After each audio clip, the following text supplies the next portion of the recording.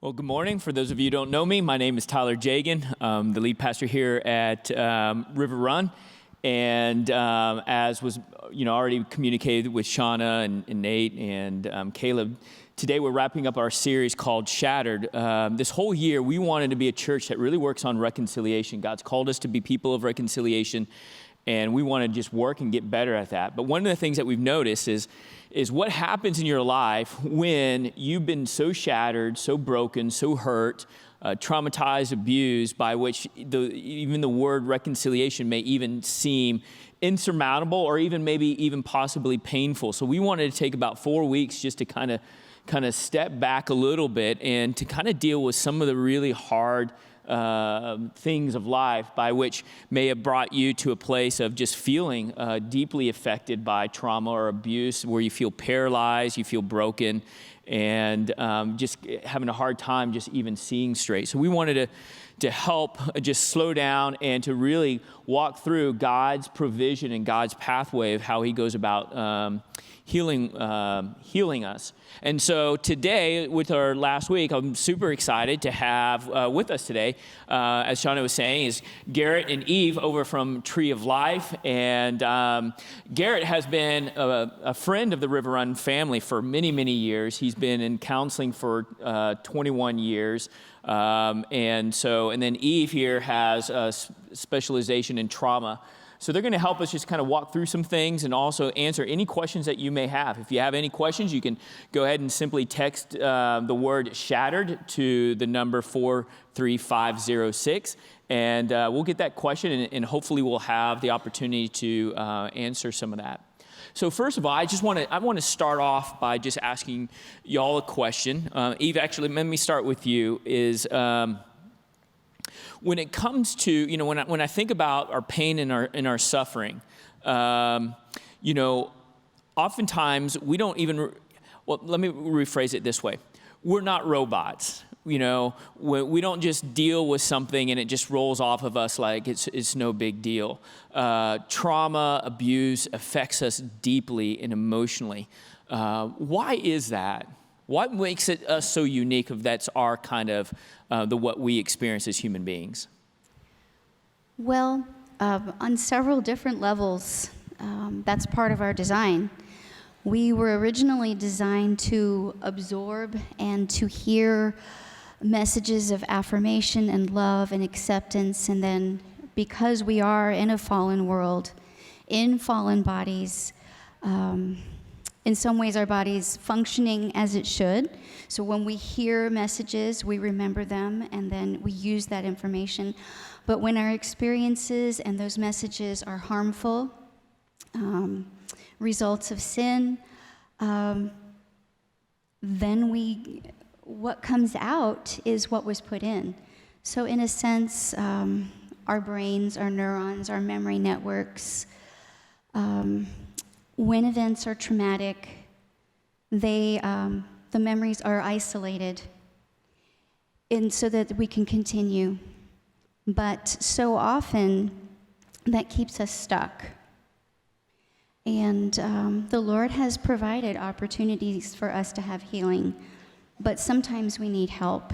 And when those places are stuck, then we need someone to either, medically or psychologically or in prayer to help move us on into healing. So these things that God has actually given us to help us to realize that there's something wrong, there is something inside of us, that needs help, right? There needs to be healing. Like if you got cut with a knife, you would feel the pain and you would automatically, realize that you need to do something about it. And so God's kind of given us some of those internal things of, anxiety or stress or those types of feelings. And so Garrett, God doesn't want us to keep us there though, right? So how does he go about when we kind of begin to kind of recognize these things in us, that we need help to be able to process or to move forward? How does God bring us through that journey? Yeah, that's a good question. I think there's two methods that people will kind of take. So depending on the level of cut, so whether I'm cut myself or God cuts me in some sense, right, to work on my own issues or whatever, I can either kind of cover myself and hide and kind of patch things up by what? Memorizing more prayer, meditation, the more, try harder kind of method. Or I can kind of allow God through my community to kind of let go and to release a little bit. And what I mean by that is, we have that U diagram that we always talk about where they slide down into this kind of lower level of more of the harder emotions. And so when you kind of look at those harder emotions, a lot of people don't want to stay there. And I don't think necessarily God wants you to live there either forever, because there's always Sunday coming, right? And so when we're in that place, depending on the level of that cut and that kind of wound, we have to go to one of these two places. Okay, yeah, so let's talk about that just a little bit here. So, the U diagram and the whole idea of you have Friday, which is the day of suffering, Sunday, which is the day of resurrection. But there's actually a middle piece of that journey and that process, which is kind of the death, burial, kind of the suffering. Can you just explain more, kind of a little bit more of that detail of why it is so important to go through, to process and work through that suffering?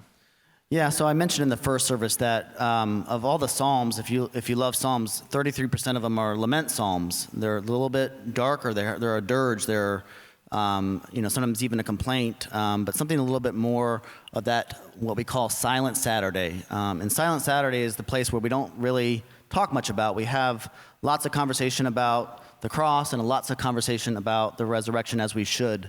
But that other stuff, that quiet place of grief, loss. I was talking to a family just this morning, and they went through a recent loss, and I could tell in their eyes, undone.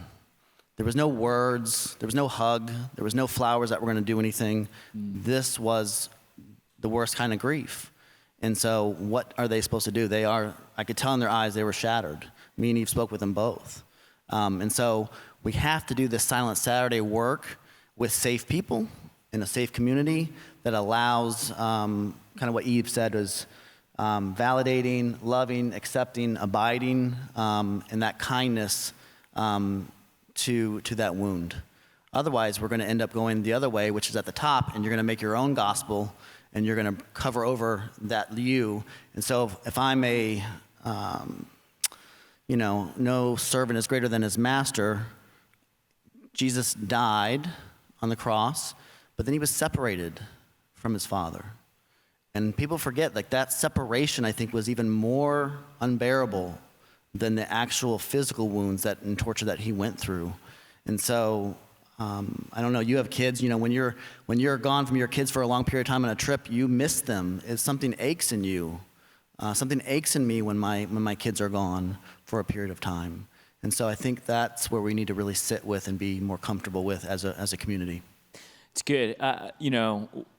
One of the things I think that we think as Christians is, my solution is, I gave my life to Christ, and now everything should just automatically be hunky-dory, right? And can you just explain a little bit, maybe Eve might be helpful, just to explain how thinking that way can actually really rob us of really allowing God to work deeply within our hearts, to come to the place of true healing that we really ultimately desire, and also God desires for us as well. Yes. So, at the point of salvation, we are spiritually perfected, and according to Ephesians 2:6, we're seated with and in Christ, and that is an amazing place to be. Our soul and our body are on a longer journey. It is part of the healing. And to say that because I'm saved, I don't suffer, or I'm not dealing with an addiction or struggling in a relationship, first of all, it isn't truth, and it doesn't allow our weaknesses to usher in the glory of God and for him to complete the good work that he begins in us. I think I used an example before that when Lazarus was dead and Jesus was standing there before the tomb, he supernaturally resurrected Lazarus. He said, "Lazarus, come forth." And so that spiritual life happened immediately, instantaneously, with the words of God. But then, instead of, when Lazarus came forth, instead of saying, grave clothes be gone, Christ allowed the humanness of other people to serve and minister to the humanness of Lazarus, and he told them, remove the grave clothes. He could have spiritually just said, and grave clothes be gone. But I think, like, nothing is wasted, especially not in Scripture. And so there's so much in that message, but it's also, there is spiritual healing, and then there is more physical, earthly healing. It's good. It's good. So I have a question here that somebody sent in. It's, what does the Bible say about mental illness? It says quite a bit. We look at all the biblical characters and we kind of think, wow, you know, if I could just be them, if I could just have their signs and wonders and all the things. But I think that there's a lot of misconception on even the characters that are in the Bible that are very complex, you know. Isaac and Rebekah's relationship, you know, Joseph and his brothers. I mean, that was a brutal, I mean, talk about a bullying situation. You can go from Paul to Jeremiah, you know, suffering with, you know, his own kind of dark sadness in that book. So there's quite a bit to be said about the characters in the Bible that have even their own mental illness and their own mental health issues. We're kind of careful about illness word because we want to know that we're just in a broken world, like she said, and it's not so much that we need to label you with particular diagnoses. Those are important for us to work with, but that's not the end-all, be-all. We are treated and we treat others as fellow Adam and Eves who have been harmed, right? And we've fallen. And so to speak to that takes a little bit of extra care. Mm-hmm. Yes, could you repeat the question? So the question is what does the Bible say about mental illness? Yes, so my first thought was about King Saul, you know, and how he was in torment. And I don't think that it's because we're in sin specifically that we struggle with mental illness. Those are just areas within our soul that are wounded, and those wounds shadow and block God's love. And so when we are, in a sense, separated in that memory or in that area of our life, we don't feel God's love. But by uncovering it, getting help, sitting down with counselors and ministers and small groups and best friends, when we open it up, that lets the love and the light of Christ in, and the healing can begin. You mentioned this. I hear you guys talk a lot about this. Can you just tell, explain the role of what community and relationship is to the healing process? Because it's a weird thing to me because most of our brokenness is caused by relationships, but yet at the same time, healing really comes in relationship. And so there's almost like a weird struggle between that because, you know, when we're broken and hurt, we deal with trust issues. How do we resolve that tension of I've been hurt and damaged by relationships, but at the same time, I need those relationships, but I don't know where to find those relationships, and I'm scared to find those relationships, but I also know that I shouldn't stay isolated. How does one kind of work through that? I'll speak to one part, and then I think maybe Eve can speak to the second about maybe boundaries, if that would be all right. It's kind of a baby of mine that small group leading and community is the hallmark of what we're all doing here, why we're here. You know, why do we come to church? Why are we regathering together? And so those communities are definitely broken, and you can get hurt in community. And then you're like in this rat race, like you kind of said, like this hamster wheel, right? And so we have this thing called unhealed wounders, and we have this thing called wounded healers. So we're all wounded. It's just how much have you dealt with your stuff, right? How down the rabbit hole did you go to kind of work through your stuff, work through your story, so that you can now minister and love better. So when people come to us for therapy and counseling, we send them back out to lots of homework and group work because we want them to practice what they've learned in the meetings, in the sessions, right, in a deeper way. And sometimes that can get a little messy, and I think that's where the boundary piece comes in, and there's different types, and I'm going to let Eve kind of talk a little bit about the different types maybe. Yes, well, what I was thinking was when you mentioned the word fear, so the reaction to fear and pain is, the natural reaction is self-protection, and that self-protection does tend to separate us from our own feelings, from others, and also from God. And so, of course, that's not His will. But to acknowledge that your brain, yourself, is trying to protect you, it's doing the best that it can, but from a deeper place, from within our spirit, we can choose to explore what's going on. And with that wounding, just being honest with yourself and with other people about what's going on.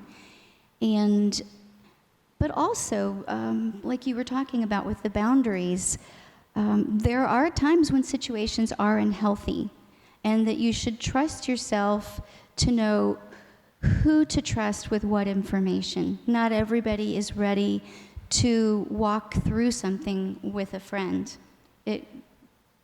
Yeah, we have some resources there on the website there even that would walk you through certain relationships, whether it be something that's toxic versus something that's just broken, or what we call normal sin pattern, right? Normal Christian walk. There's a difference between the two, and you definitely have different boundaries and requirements in how you handle that either way. Yeah. But in general, with small group, I think everybody has a story that they want to tell. And if I don't be the first one to open up and kind of go there and take a risk, usually everybody else starts getting involved and wants to share their story. And I think we all want to be known at the deepest level. We're just nervous and cautious about it. Yeah.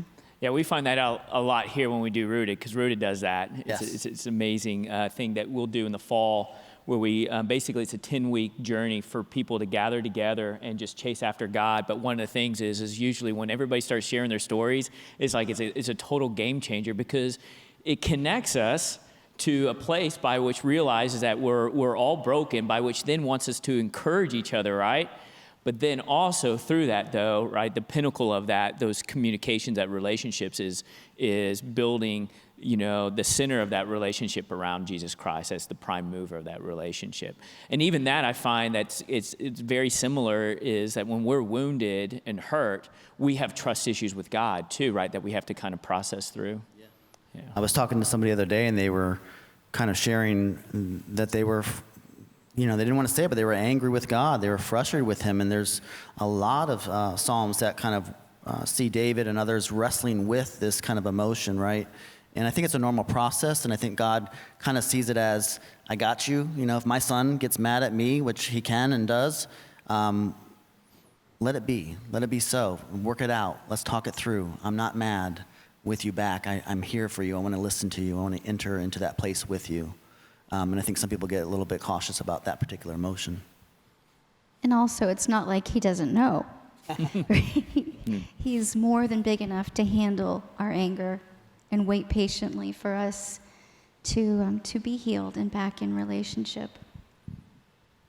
All right, so you mentioned wounded healers, and I get the other two kind of mixed up. What were there was three Unhealed of them. wounders. Unhealed wounders. And then wounded healers. And wounded healers, and then you said there's a third group. There is a third group. I wasn't expecting to go into it, but the third group is the person who, maybe you've met them and they know just enough information to be highly dangerous to your setting. So I don't want to get into that, but what I want to get in is the percentage that you said were either the damaging people or unhealed wounders compared to healed wounders.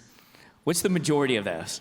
So with the wounded healers, so these are the people that have done some of the work. They've kind of looked at some of their own story. We call it inner work. You might call it spiritual formation work. There's a lot of buzz terms for it, but basically it's just sanctification. It's what God does when you start entering into your story, whether it be you were sexually assaulted, whether it was some neglect going on, whether it was a divorce, whether it was a loss, whatever it may be. Everyone's got a story. And so if I don't kind of work through some of that and have some other side Sunday stuff happening, I can then actually end up harming you while you're sharing your story. I can give you advice. I can give you problem-solving skills. I can say, hey, I know exactly like that. I've been there. Let me tell you this story about my friend. Those things are going to be pretty harmful. That person's going to shut down and not really open up. And so that doesn't really create safety. And so the difference between a wounded healer and somebody who's unhealed or somebody who is dangerous enough to be, wounding, we want to avoid that situation by doing the work. That's why your guys are doing the Shattered series in itself. So what's the percentage of those who are wounded healers? Yes. So I would say in the average church world, the evangelical kind of non-denominational church world, 20%. Oh, so crud. There 80% of us are the others. Correct. Right? Okay. So here's the thing, why I kind of bring this up, because someone asked this question, I think is a great question. Most of us, we're in the 80%, and we don't even really recognize that. Maybe some of us may recognize, but some of us may not even recognize some of the hurt that we do to other people, and we'd all just be distraught if we found that out. But somebody asked this question: what if you are a person who has caused the shattering of someone you love? What is the best way to try to move forward when you see yourself as the cause of brokenness? Which I really love, because, man, that is an incredibly honest question that, just really dealing with our own part of the brokenness of this world. We tend to think we're the ones, everything is broken us and we haven't broken anybody, but based on that statistics, we are inadvertently a lot of times the ones who are breaking other people. So how do we deal with this, especially this one who's talking about a person who's caused shattering? Well, I'm thinking of Paul. Look at the destruction that he caused. He thought he was doing the right thing, and whether we think we're doing the right thing or not, he caused a tremendous amount of suffering, and he was shattered and broken because of it and grieved.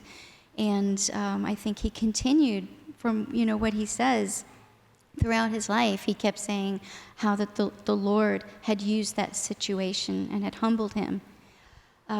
When we have hurt people, if we have the opportunity to reconcile with them and to let them know that we're sorry, because the Lord tells us to go first to our brother, before we make that offering to him. If we can do that, that is important. But sometimes you might need to pray with a brother or sister in preparation for that. And sometimes there isn't an opportunity to reconcile, but the Lord knows our hearts. And I think coming before him and asking him, what are you going to do with this mess that I've created? And really putting it in his hands. Yeah, so to what you're saying earlier is Paul was there when Stephen got stoned. There is no reconciliation to that because the Lord, he was stoned to death and left. But you see how Paul really, worked that out through his redeeming relationship with the Lord, right? Yeah, with this particular question, whether it's a guy or girl, just that you're asking the question tells me that you have some level of self-awareness and some desire for either reconciliation or healing or forgiveness or what have you. And if this person or the person that's been offended is not willing to forgive or just not in that place, like you said, what does Paul do now and how do you move forward? And so we as a community want to help walk that through. And that gets a little bit complicated, but it can be really, really healing.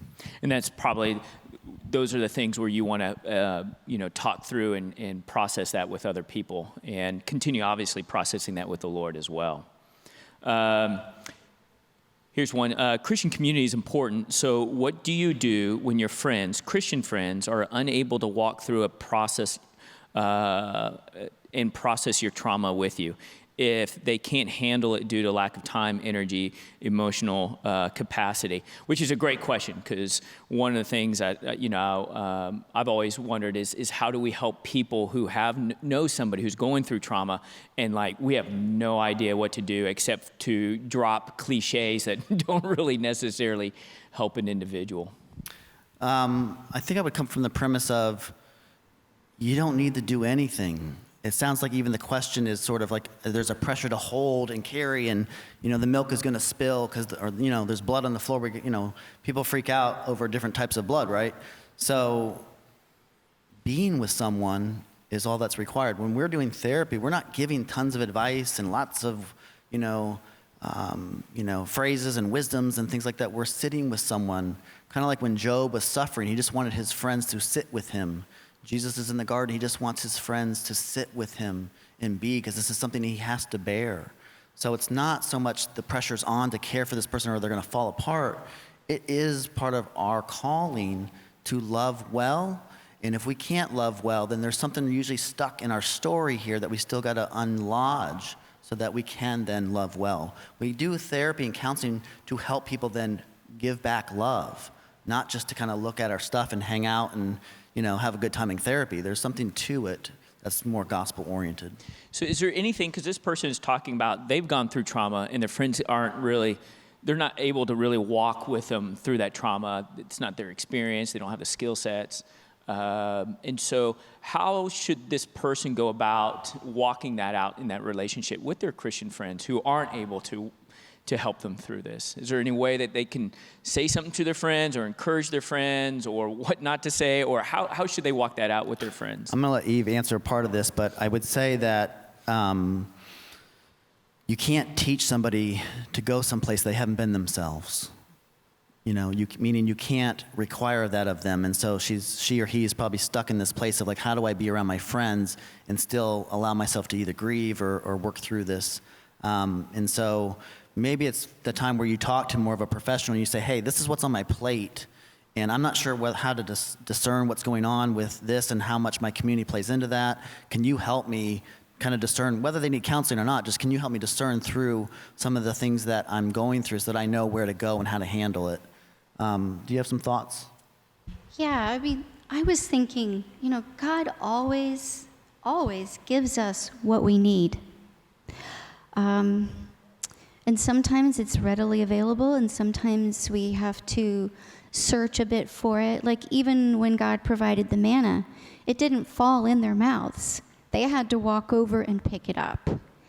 And so my first thought is when you don't have the words, to call out to the Lord in your spirit, that deep groaning that the Lord understands when you don't have the words for it. And he will provide for you. And then understand that not everybody is going to go what you've gone through. There are unique experiences, and each experience is difficult for the person who goes through it. It's not, it's not a competition that my suffering is worse than your suffering. It's different. And, to keep seeking, to go and talk to a minister or to a counselor. The Lord has provided so many resources, even online support groups, and that, church staff know where to direct people. It's good. It seemed like Job's suffering he was all right until his friends began to speak up, right? and they beginning to give him all sorts of advice and things like that just made it worse. So ultimately, in some ways, we should take the pressure off of ourselves, right? And just say, hey, I don't need to fix that person or figure it out for them. I just need to love and walk through them. But if there is somebody who's either trained or somebody who has that experience, to go and connect that good friend of ours with that individual. And I think it seems like the flip side of it too is, as people, if we've been wounded or hurt, like we dealt with like infertility issues for a long time before we had our first son. And so, people would say, you just need to have faith. And it's like, we have lots of faith and we don't have, so we're kind of dealing with, some of these things and frustrations in these relationships. But it was as God just kind of reminded me that, one, they don't know what they're talking about. Two, they really do care. And three, give them some grace through that, and don't hold them, I think you said, to the expectation of doing that, and was able to really process and work through that. And at the same time, feel more of the freedom of being able to say in a loving way, those words hurt us rather than really help us to walk through that. So as we kind of finish up here, what is one thing that you would tell anybody in this room or watching online what would be that one step? If they could only take one step in their own brokenness or shatteredness, what would be that one step that you would really highly encourage them to take? For me, personally, if I look at my email list, if I look at the text that I get, which is a lot per day, it's just to reach one person. Just tell one person, the one step is the one person, whether it be anonymous or whether it be over the phone or whether it be face-to-face. Just tell somebody a little bit of what's going on. You don't have to go into your whole details, but just let one person know. It can change your whole trajectory. Thanks. Neve, what would you like to say? Yes, to add to that, we are wired for connection, and I think it's important to open up and, like Garrett said, tell one person. It's good. And that's why here at River Run, we talk so much about small groups, connecting. It's not about just coming here for 1 hour on Sundays. It's not enough. It's not the way that God created you to grow and to get stronger and to heal. He made us for connection and relationship with Him as the prime mover of our relationships, but with each other. It's also the reason why we had you guys here, because some of y'all are dealing with some really hard, difficult things, and you need to talk to somebody about it. And one of the things that we wanted to do is to continue to build partnerships with you guys at Tree of Life, so that, because our biggest goal is for people to find the freedom, the joy, the healing. We don't just want to say these things. We don't want to just talk about these things. We really want to help you guys, and for you guys, for us together to help other people to build those connections, to be those safe places, and also to point people to other places where they can find their help. So again, Garrett and Eve, thank you so much for spending your time with us this morning. Can you guys give them a hand? Thank you. Thank you.